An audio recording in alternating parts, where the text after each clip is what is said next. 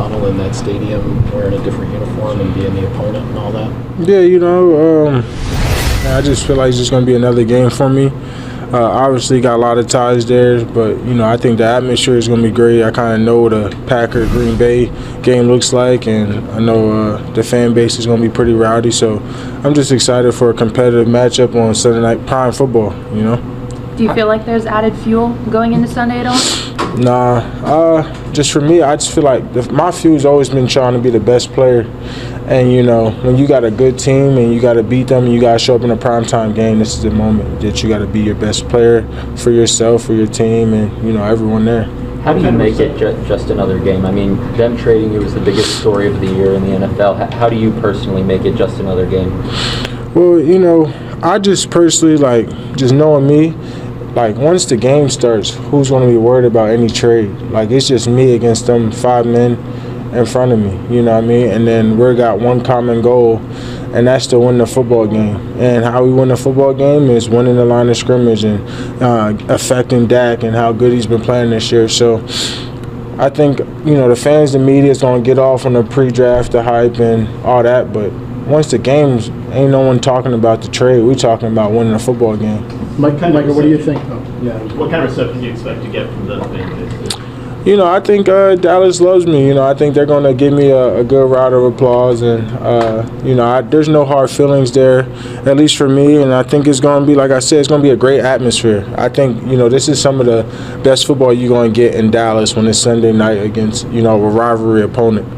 Have you talked to any of the guys from Dallas at all since you've been gone? Or maybe Yeah. I still talk to Trey. Me and Trey tap in at least once a week. I talked to CD recently just on his injury and, keeping his spirits. So I told him it's like a freaky way because I got hurt week 3 last year on a high ankle sprain too. So, I'm just praying for him and, hoping he comes back soon because I told him, I said, the standard. At least need 1,000 yards regardless of how many weeks you are. The standard is the standard. So we both, talk about that. That's my brother. Then, obviously the D linemen, I talk to them quite a bit. Those just being my guys. And, so I still have my relationship ties there. How many tickets did you get for this game? I still got my suite.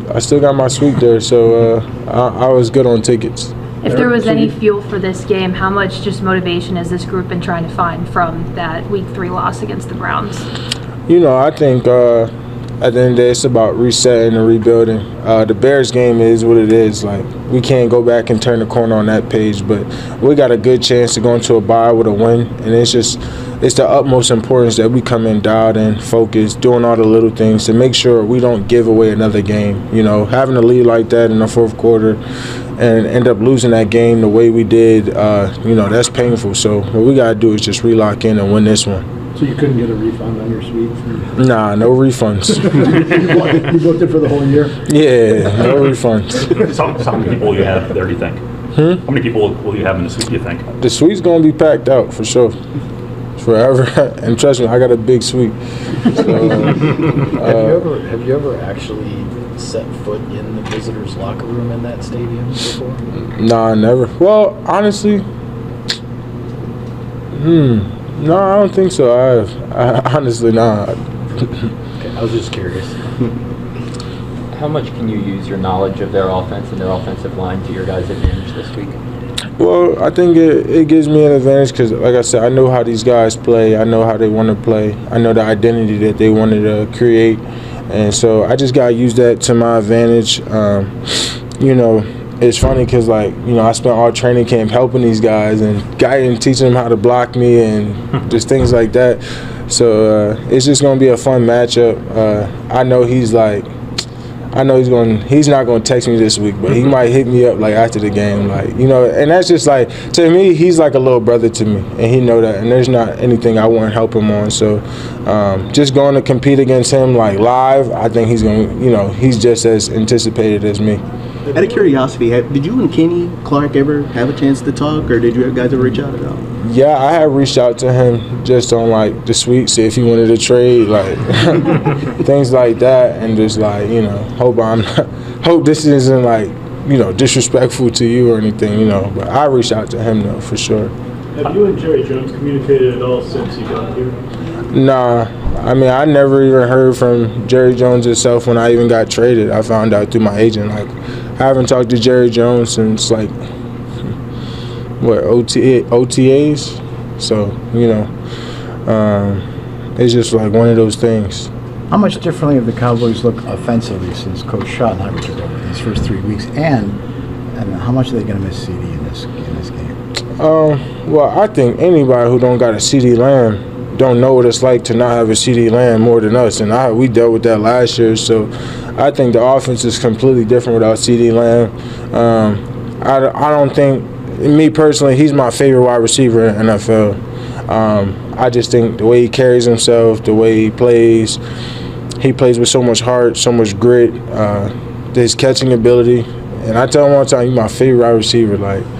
And he's an amazing person to watch. So I'm honestly excited that he's not going to be out in that field, because it would have been painful to understand who I was going against. But like I said, I think the offense is a little bit differently.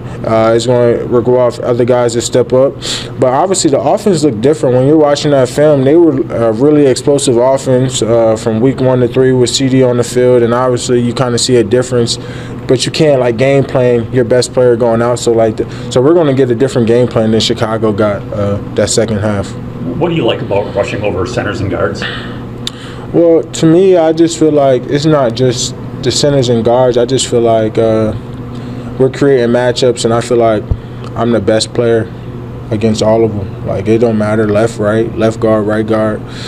Some guys, I think their numbers drop at different positions, but sustainably, whether it's your best player versus my, I think, I'm winning those matchups. So I just think my percentages go a little bit higher when I'm over them too.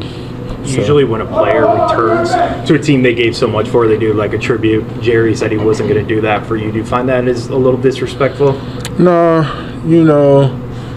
there's a lot of things I can consider disrespectful throughout this process, but I wouldn't say the tribute is one of them.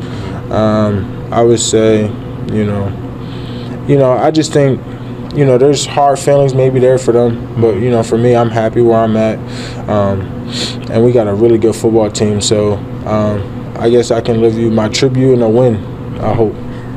Micah, when you were saying you were helping, I'm assuming you were talking about one of the offensive linemen. Who were you talking about specifically? The guy you won't talk to this week? Yeah, Guyton, Nate Thomas. There wasn't a guy I wasn't helping out. T-Book. I was being a mentor and voice for all of them, and they know that. Just the relationships. I came in with all of them, and I took them under my wing. So, those is like brothers to me always. So, I know what the relationship's like. I know you said it's just another game, but seriously, what would it mean to you to make the game-changing play on Sunday, whether it's a sack fumble in the first half or the coaching sack, whatever it is?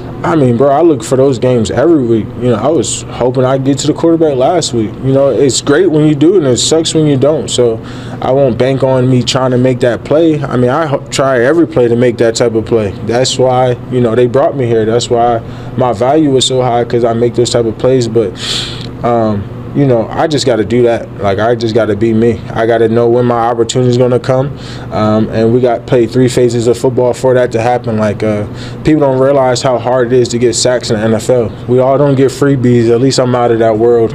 So, I got to work for them. So I got to work. I got a great challenge in front of me. I know they're not going to make it easy for me. I know that, they got a plan for me, but, it's not about me. If they worry about me, I got other guys. I got D.Y., I got Carl, I got Rashawn, who's dominating this year. So, we got a group of guys that they need to focus on, so I have that to my advantage. What makes Dak such a difficult quarterback for a guy that obviously knows him really well? I think Dak is so good because he's overly confident, and he believes he can make every throw, and I think 90% of the time he does do that. He does, and you want your quarterback to have that mentality, and I just think, he's a person who's very resilient, and he's determined, and